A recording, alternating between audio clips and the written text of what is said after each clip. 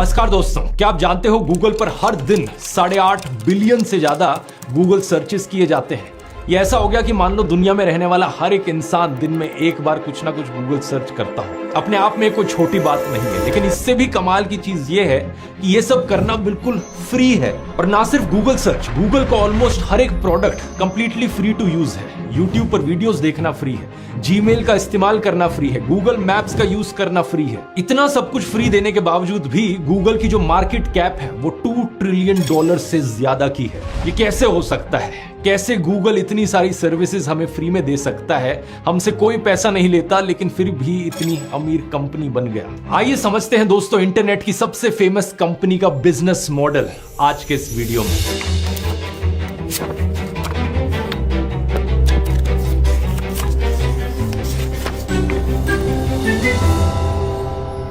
आपने अक्सर सुना होगा दोस्तों कि कैसे आज के दिन हम फोटोकॉपी मशीन को जेरोक्स मशीन कहते हैं, व्हाइट ग्लू को फेविकोल कहते हैं और एडेसिव बैंडेज को बैंडेड कहते हैं। जब भी कोई कंपनी अपनी फील्ड में इस तरीके से डोमिनेट करती है तो उसके नाम को ही उसके काम से एसोसिएट किया जाने लगता है। इसी तरीके से इंटरनेट सर्च करने को आज के दिन कहा जाता है कि गूगल करो। इसी गूगल सर्च की शुरुआत दोस्तों साल 1998 में हुई थी एक कॉलेज प्रोजेक्ट के तौर पर। लैरी पेज और सर्गे ब्रिन ने इसे बनाया था एक मिशन के साथ कि दुनिया की सारी इंफॉर्मेशन को ऑर्गेनाइज करना और उसे एक्सेसिबल और useful banana. What is our mission? Basically, we want to organize the world's information and make it universally accessible and useful. शुरुआती दिनों में गूगल सिर्फ एक सिंपल सा सर्च इंजन था जो कि कुछ ऐसा दिखता था। इंटरनेट पर सर्च करने के लिए एक बड़ी सिंपल सी वेबसाइट। गूगल जो शब्द है अपने आप में, इसका खुद से कोई मतलब नहीं होता, लेकिन ये गूगल शब्द से इंस्पायर्ड है। गूगल एक नंबर का नाम है। 1 के बाद 100 जीरोस लगा दो। जैसे 1 के बाद अगर 3 जीरोस आएंगे तो हम उसे 1000 कहेंगे, 1 के बाद 4 जीरोस आएंगे तो 10,000 कहेंगे। ऐसे ही 1 के बाद अगर 100 जीरोस आएंगे तो उस नंबर को गूगल कहा जाता है। इस कंपनी का नाम गूगल इसी चीज को दर्शाने के लिए चुना गया कि हमारा सर्च इंजन इंटरनेट पर इतनी सारी इंफॉर्मेशन ढूंढ कर लाएगा कि वो गूगल्स में होगी। अगर आप बहुत पुराने यूजर हो इंटरनेट के तो आपको याद होगा कि उस जमाने में जब गूगल सर्च किया करते थे तो एक्चुअली में ढेर सारे रिजल्ट पेजेस आते थे और गूगल इन रिजल्ट पेजेस को नीचे 1 2 3 4 5 एंडलेसली दिखाता रहता था और अपने नाम को भी ऐसे इतने सारे ओस के साथ नीचे लिखता था। साल 2000 में गूगल ने अपना पहला सबसे बड़ा कदम उठाया। इन्होंने एडवर्ड्स का सिस्टम इंट्रोड्यूस किया। इसे आज के दिन गूगल एड्स बुलाया जाता है। इसके चलते जो बिजनेसेस थे वो पैसे दे सकते थे अपनी एड्स डिस्प्ले करने के लिए गूगल के सर्च रिजल्ट्स पेजेस पर। आगे इसकी वीडियो में बात करेंगे कि कैसे ये गूगल का सबसे बड़ा बिजनेस मॉडल बना। लेकिन ओवर द इयर्स गूगल ने धीरे धीरे कई सारे प्रोडक्ट्स और सर्विसेज ऑफर करने शुरू किए। साल 2004 में पहली बार जीमेल इंट्रोड्यूस किया गया। 2005 में गूगल मैप्स इंट्रोड्यूस किया गया जिसने दुनिया का नक्शा ही बदल दिया।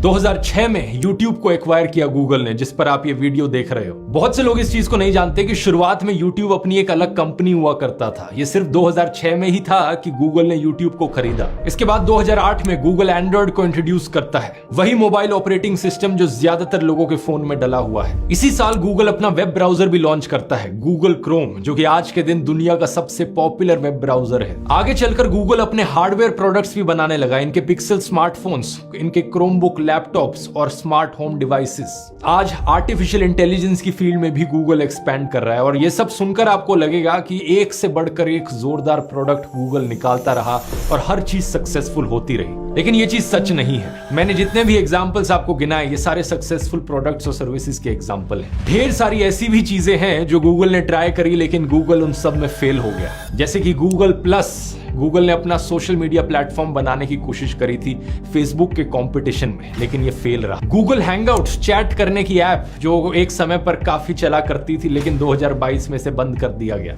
गूगल नेक्सस टैबलेट्स, ये भी एक टाइम पर बहुत फेमस हुए थे आईपैड के कंपटीशन में, लेकिन एक टाइम के बाद गूगल ने इन्हें भी बंद कर दिया। Google podcast, Google glass, Google wave, Google reader failures के एग्जाम्पल असलियत में कहीं ज्यादा है सक्सेसेस के कंपैरिजन में। विकिपीडिया पे जाकर अगर आप पूरी लिस्ट देखोगे तो 200 से ज्यादा ऐसे प्रोडक्ट्स और सर्विसेज हैं जो गूगल के फेल हुए हैं। और यहीं पर हम सबके लिए एक बहुत बड़ी सीख है, failure is the mother of all successes. सही मायनों में सक्सेस अचीव करने के लिए आपको बहुत बार फेल होना पड़ेगा। इन सारे सक्सेसेस और फेलियर्स को ध्यान में रखते हुए जानते हैं आज के दिन गूगल सबसे ज्यादा पैसे किस चीज से कमाता है? अपने सबसे पुराने business model Google search ads से।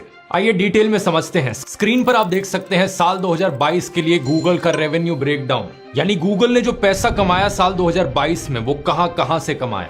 टोटल $280 बिलियन का रेवेन्यू है, जिसमें से 58% पैसा यानी कि $162 बिलियन आता है गूगल सर्च पर दिखाई जा रही एड्स से। इसके बाद second biggest source of income है गूगल नेटवर्क एड्स। अलग अलग वेबसाइट्स पर जो आप एड्स देखते हैं जो गूगल के साथ पार्टनर करती हैं, गूगल यहां से $32.78 बिलियन कमाता है। थर्ड नंबर पर है यूट्यूब एड्स, $29 बिलियन यहां से आते हैं, यानी कि जो एड्स आप इस वीडियो के बीच में देखोगे। यहां एक बड़ी इंटरेस्टिंग चीज है कि यही एड्स हम यूट्यूबर्स के लिए भी एक इनकम का सोर्स है। जो पैसा एडवर्टाइजर्स पे करते हैं इन एड्स को दिखाने के लिए, वो क्रिएटर्स और गूगल के बीच में स्प्लिट किया जाता है। 45% पैसा गूगल के पास जाता है, 55% मेरे जैसे क्रिएटर्स के पास रहता है। तो जो 45% यूट्यूब का शेयर है सभी क्रिएटर्स से, वो $29 बिलियन रेवेन्यू जनरेट करता है गूगल के लिए एक साल में। सिमिलरली गूगल प्ले स्टोर पर एप्स हैं। जब कोई ऐप क्रिएटर अपनी ऐप को बेचता है गूगल प्ले स्टोर के जरिए, उसमें से 70% रेवेन्यू उस ऐप बनाने वाले के पास जाता है और 30% रेवेन्यू गूगल को देना पड़ता है। तो इन एप्स की सेल्स से और बाकी फोन्स और लैपटॉप्स बेचकर जो गूगल पैसा कमाता है, उससे आने वाला रेवेन्यू फोर्थ नंबर पर आता है $29 बिलियन के साथ अराउंड 10.4%। और फिर आखिरी मेजर रेवेन्यू सोर्स है गूगल क्लाउड, $26 बिलियन के साथ। अब दिलचस्प चीज ये भी है देखनी कि गूगल ये पैसा खर्च कहां पर करता है। करीब $40 बिलियन खर्च किए जाते हैं रिसर्च एंड डेवलपमेंट में, ताकि और नए प्रोडक्ट्स और सर्विसेज की रिसर्च करी जा सके और नए फेलियर्स अटेम्प्ट किए जा सके। करीब $44 बिलियन पैसा खर्च किया जाता है नॉन प्रोडक्शन कॉस्ट में, जैसे कि ऑफिसेज को रेंट करना, एडवर्टाइजिंग, मार्केटिंग, अकाउंटिंग पर खर्च करना, एम्प्लॉयज की सैलरी देना। टोटल खर्चा इनका आता है सारे एक्सपेंसेस मिलाकर करीब $207 बिलियन, जैसा आप स्क्रीन पर देख सकते हैं। ये पूरी इनकी कंपनी की बैलेंस शीट है। यहां आप ये भी देख सकते हैं कि इनकम बिफोर टैक्सेस $71 बिलियन बनता है 2022 में। करीब $11 बिलियन का ये टैक्स पे करते हैं और अप्रोक्सीमेटली $60 बिलियन का इन्हें प्रॉफिट होता है। इस पूरे बिजनेस मॉडल में जो सबसे इंटरेस्टिंग चीज है वो है ये फ्री का फंडा।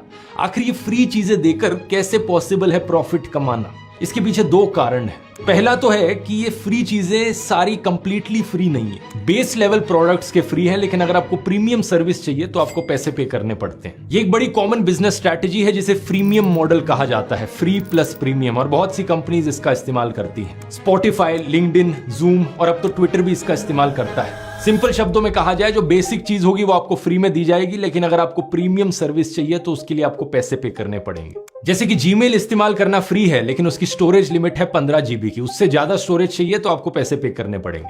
गूगल ड्राइव इस्तेमाल करना फ्री है, लेकिन उसकी भी स्टोरेज लिमिट है 15 GB की। उससे ज्यादा चाहिए तो पैसे पे करने पड़ेंगे। यूट्यूब पर वीडियोस देखना फ्री है, लेकिन बीच में एड्स आएंगे। एड्स अगर आपको हटानी है तो आपको पैसे पे करने पड़ेंगे, यूट्यूब प्रीमियम खरीदना पड़ेगा। ये फ्रीमियम मॉडल बड़ा सक्सेसफुल मॉडल है, क्योंकि ये ट्राई बिफोर बाय का मौका देता है कि आप प्रोडक्ट को ट्राई कर सको और अगर आपको पसंद आए तो उसके बाद ही आप पैसे पे करो। लेकिन गूगल के केस में बात बड़ी इंटरेस्टिंग ये है कि ज्यादातर लोग फिर भी इनकी पेड सर्विसेज का इस्तेमाल नहीं करते हैं। 95% लोग जो YouTube को देखते हैं उन्होंने प्रीमियम नहीं खरीद रखा। 95% लोग जो जीमेल या गूगल ड्राइव का इस्तेमाल करते हैं वो पैसे नहीं पे करते उसके लिए, लेकिन फिर भी गूगल अपना मेजॉरिटी रेवेन्यू फ्री वाली सर्विसेज से ही कमा लेता है। यहां आता है हमारा दूसरा रीजन, डेटा कलेक्शन। जितनी ज्यादा फ्री सर्विसेज का हम इस्तेमाल करते हैं उतना ही ज्यादा गूगल के पास हमारे ऊपर डेटा अवेलेबल होता है। हर एक चीज जो हम गूगल पर सर्च करते हैं, हर एक वीडियो जो हम यूट्यूब पर देखते हैं, हर एक ईमेल जो हम भेजते हैं, इस सारे डेटा को एनोनिमसली कलेक्ट किया जाता है और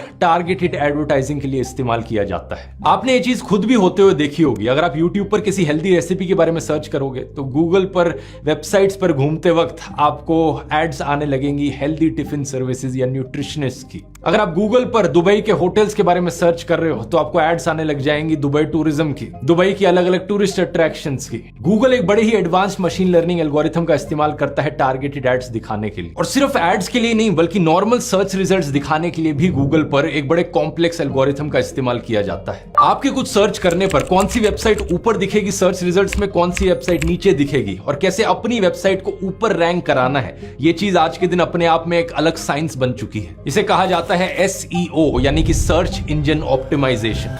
आपका एज ग्रुप क्या है, आप एक आदमी हो या औरत हो, आप किस देश में रहते हो, किस शहर में रहते हो, किन चीजों के बारे में आप सर्च करते हो, क्या चीजें आपको पसंद है, इन सारी चीजों के बेसिस पर आपका एक प्रोफाइल बनाया जाता है। और दूसरे पर्सपेक्टिव से जो एक एडवर्टाइजर होता है वो इन सारी चीजों को चूज कर सकता है। आपका एक छोटा सा बिजनेस है कपड़े बेचने का या चश्मे बेचने का, और आप चाहते हो कि आपकी एड 18 से 25 साल की लड़कियों को दिखे जो स्पेसिफिकली एनसीआर के रीजन में रहती हो। तो ये चीजें आप चूज कर सकते हो और फिर आप कुछ कीवर्ड्स चूज कर सकते हो जैसे कि सनग्लासेस या साड़ीज, और गूगल का काम यहां पर बन जाता है एक एडवर्टाइजर को एक यूजर से मैच करने का। अगर आपका एज ग्रुप, रीजन और जेंडर मैच हो रहा है और आपने गूगल पर सनग्लासेस से कोई रिलेटेड वर्ड सर्च किया या यूट्यूब पर आपने उससे कोई रिलेटेड वीडियो देखा जैसे कि आपने किसी सनग्लास का रिव्यू देखा, तो गूगल को पता लग जाता है कि इस एड के लिए आप टारगेट कस्टमर हो और गूगल आपको ये एड दिखाएगा। ये एक बहुत सिंप्लीफाइड एक्सप्लेनेशन है, लेकिन मोटे मोटे तौर पर गूगल एड्स इसी तरीके से काम करती है। थोड़ा कॉम्प्लेक्सिटी में जाए तो एडवर्टाइजर्स के बीच में भी कंपटीशन बहुत होता है, तो एड्स की बिडिंग करी जाती है। एडवर्टाइजर्स डिसाइड कर सकते हैं कि वो कितना पैसा पे करने को तैयार हैं उनकी एड दिखाए जाने के लिए। अगर दूसरी तरफ कोई और कंपनी और ज्यादा पैसे पे करने को तैयार है तो उनकी एड पहले दिखाई जाएगी। गूगल यहां पर एड रैंक कैलकुलेशन करता है इसके लिए कि कौन सी एड को किस रैंक पर रखा जाए। इसके लिए पैसे के अलावा एड की क्वालिटी भी देखी जाती है कि दूसरी तरफ जो यूजर है वो कितना ज्यादा अच्छे तरीके से मैच कर रहा है इस स्पेसिफिक एड के साथ। उसने अगर कुछ सर्च किया है तो कितना ज्यादा रेलेवेंट है ये वाला एडवर्टाइजर्स उस एक यूजर के लिए। और यहाँ एड्स के भी अलग अलग टाइप्स होते हैं, जैसे कि सर्च एड्स। जब आप गूगल पर कुछ लिखते हो, सर्च रिजल्ट्स में जो टॉप पर एड्स आती हैं उन्हें सर्च एड्स कहा जाता है। फिर होती हैं बैनर एड्स। अलग अलग वेबसाइट्स पर जब आप जाते हो, जैसे किसी न्यूज वेबसाइट पर, तो बैनर्स में जो एड्स साइडों में आपको दिख रही होती है ये गूगल डिस्प्ले नेटवर्क का हिस्सा होती है। और फिर है यूट्यूब पर दिखाए जाने वाली वीडियो एड्स जो वीडियो के बीच में या वीडियो के पहले प्ले होती है। इसमें भी स्किपेबल और नॉन स्किपेबल की कैटेगरी होती है। अगर हम इन सारी अलग अलग टाइप की एड्स से आने वाले पैसों को टोटल करके देखें तो गूगल का जो टोटल एड से आने वाला रेवेन्यू है वो $237 बिलियन है। और वैसे ही 2022 में इनका टोटल रेवेन्यू था $280 बिलियन। तो 280 में से $237 बिलियन तो सिर्फ इन एड से ही कमाता है गूगल। इस चार्ट को देखिए, साल भर साल आप देख सकते हैं गूगल का एडवर्टाइजिंग रेवेन्यू कितना था। ऑलमोस्ट एक एक्सपोनेंशियल ग्रोथ यहां देखने को मिल रही है। पिछले 20 सालों से ये रेवेन्यू बढ़ता ही रहा है और 2020 से 21 में आप देखेंगे एक बहुत बड़ा जंप आया है। ये कोविड की वजह से था। ज्यादातर लोग अपने घरों में बैठकर इंटरनेट पर समय बिता रहे थे, ज्यादा एड्स देखी जा रही थी, ज्यादा एडवर्टाइजर्स एड्स पर पैसे खर्च कर रहे थे, तो गूगल का रेवेन्यू उस समय में इतना बढ़ गया। और गूगल यहां इकलौती कंपनी नहीं है जो इस तरीके से टारगेटेड एडवर्टाइजिंग पर निर्भर करती हो अपने बिजनेस के लिए। मेटा की फेसबुक और इंस्टाग्राम का भी यही हाल है। 2023 में मेटा का एनुअल एडवर्टाइजिंग रेवेन्यू $131 बिलियन का था। अमेज़न भी इसी तरीके से एड्स दिखाकर पैसे कमाता है। आप सोचोगे अमेज़न को एड दिखाने की क्या जरूरत पड़ी जब अमेज़न ऑलरेडी प्रोडक्ट्स बेचकर अपनी वेबसाइट पर पैसे कमा रहा है। एक्चुअली में वो प्रोडक्ट्स बेचने से जो परचेज हिस्ट्री का डेटा निकल के आ रहा है यूजर्स के बारे में, वो और भी ज्यादा इंपॉर्टेंट है गूगल के डेटा से। क्योंकि गूगल को तो सिर्फ ये पता लगता है कि आपका इंटरेस्ट किस चीज में है। यूट्यूब पर आप किसी वीडियो को देख लेते हो या गूगल सर्च में आप किसी चीज को सर्च कर लेते हो अपने इंटरेस्ट से, लेकिन अमेज़न को ये पता होता है कि आपने कौन से प्रोडक्ट्स खरीदे हैं। इन प्रोडक्ट सेल से और एक्यूरेटली आपको टारगेट किया जा सकता है। पता है कि इस तरीके की चीजें आपको खरीदनी पसंद है, तो उसी तरीके की चीजों की एड आपको और दिखाई जा सकती है। इसी के चलते अमेज़न ने $46.9 बिलियन अपना रेवेन्यू जनरेट किया सिर्फ एडवर्टाइजिंग से। पिछले 20 सालों में इसी एक बिजनेस मॉडल के बल पर इन सारी कंपनीज ने इंटरनेट को डोमिनेट किया है। लेकिन अब लग रहा है कि इस मॉडल में क्रैक्स आने शुरू हो चुके हैं। इसके पीछे दो बड़े कारण हैं। पहला तो है प्राइवेसी कंसर्न्स। लोगों को चिंता होती है कि क्या क्या चीजें गूगल को आपके बारे में पता है, आप क्या खाते हो, कहाँ रहते हो, कहाँ काम करते हो, इवन किन डिजीजेस से आप सफर करते हो, क्योंकि अक्सर लोग गूगल सर्च करते हैं उन चीजों के बारे में। क्या आपकी रिलेशनशिप्स हैं, किन प्रॉब्लम्स को आप फेस कर रहे हो अपनी जिंदगी में। Well, I think Google does have more information than Facebook does. I don't know that it's a bad thing. I think it helps make the product better. 2023 की इस खबर को देखिए, गूगल ने $93 मिलियन का फाइन पे किया था कैलिफोर्निया की स्टेट को, क्योंकि गूगल यूजर्स की लोकेशन को ट्रैक कर रहा था इवन दो यूजर्स ने लोकेशन हिस्ट्री को ऑफ कर रखा था। जैसे जैसे लोगों में अवेयरनेस बढ़ रही है प्राइवेसी को लेकर, लोग कम इंफॉर्मेशन शेयर कर रहे हैं इंटरनेट पर, और जितनी कम इंफॉर्मेशन इन वेबसाइट्स के पास जाएगी उतनी ही खराब रहेगी इनकी एड टारगेटिंग। और अगर एड टारगेटिंग खराब है तो एडवर्टाइजर्स इतने पैसे खर्च नहीं करना चाहेंगे, जिससे कि इनके रेवेन्यू पर असर पड़ेगा। लेकिन दूसरी प्रॉब्लम इससे भी ज्यादा बड़ी है। एक फेमस कहावत है जो आपने सुनी होगी, don't put all your eggs in one basket. अपने सभी अंडों को एक टोकरी में मत रखो, कहीं वो टोकरी गिर गई तो सारे अंडे टूट जाएंगे। ये एडवर्टाइजिंग का मॉडल पूरी तरीके से बिखर जाएगा अगर किसी दिन लोगों ने गूगल सर्च को ही इस्तेमाल करना बंद कर दिया किसी कारण से। तो ऑलरेडी टाइम के साथ साथ गूगल सर्च की रिलायबिलिटी कम होती गई है। पहले सिर्फ आपको एक एड ऊपर दिखती थी, लेकिन अब आप किसी चीज को सर्च करोगे तो पहले टॉप सर्च रिजल्ट्स एड्स ही होंगी। अगर सर्च करने पर सिर्फ एड्स ही एड्स हर जगह दिखती हैं तो उन सर्च रिजल्ट्स की यूजफुलनेस कम होने लगती है। और अब इमेजिन करो एक ऐसा कॉम्पिटिटर आया जो आपको एग्जैक्टली वही दिखाए जो आप सर्च करना चाहते हो बिना किसी एड्स के, जैसे कि चैट जीपीटी जैसा प्लेटफॉर्म। एक सवाल आप चैट जीपीटी से पूछो, आपको सीधा एक पैराग्राफ में डायरेक्ट आंसर मिलता है बिना किसी एड्स के। लेकिन वही सवाल अगर आप गूगल सर्च पर डालोगे तो ढेर सारे रिजल्ट्स आपको मिलेंगे जिनमें कई सारी एड्स मौजूद होंगी और आपको अलग अलग सर्च रिजल्ट्स की रिलायबिलिटी नहीं पता, कौन सा रिलायबल है, कौन सा ट्रस्टेबल सोर्स है, किस वेबसाइट पर क्लिक किया जाए, किस पर नहीं क्लिक किया जाए। मेरी राय में ये एआई पावर्ड चैटबॉट्स जैसे कि चैट जीपीटी गूगल के इस एडवर्टाइजिंग वाले बिजनेस मॉडल के लिए सबसे बड़ा खतरा बनेंगे आने वाले सालों में। शायद गूगल भी ये चीज जानता है, इसीलिए गूगल भी अपने आर्टिफिशियल इंटेलिजेंस के सॉफ्टवेयर्स डेवलप कर रहा है, जैसे कि जेमिनी जो कि चैट जीपीटी का एक कॉम्पिटिटर। अब ये तो आने वाला टाइम ही बताएगा कि अगले 20 सालों के लिए भी गूगल इंटरनेट का चेहरा बने रहता है या नहीं, या कोई और कंपनी इसे आके पीछे छोड़ देगी। लेकिन एक चीज फॉर श्योर है, ये जो कॉम्पिटिशन है इन अलग अलग कंपनीज के बीच में, एक कंज्यूमर के लिए, हम लोगों के लिए एक अच्छी चीज है, क्योंकि हमें बेटर सर्विसेज और प्रोडक्ट्स मिलेंगे। आर्टिफिशियल इंटेलिजेंस को अगर आप इसी तरीके से डिटेल में अब समझना चाहते हैं तो इस वीडियो में मैंने उसे समझाया है, यहां क्लिक करके देख सकते हैं। बहुत बहुत धन्यवाद।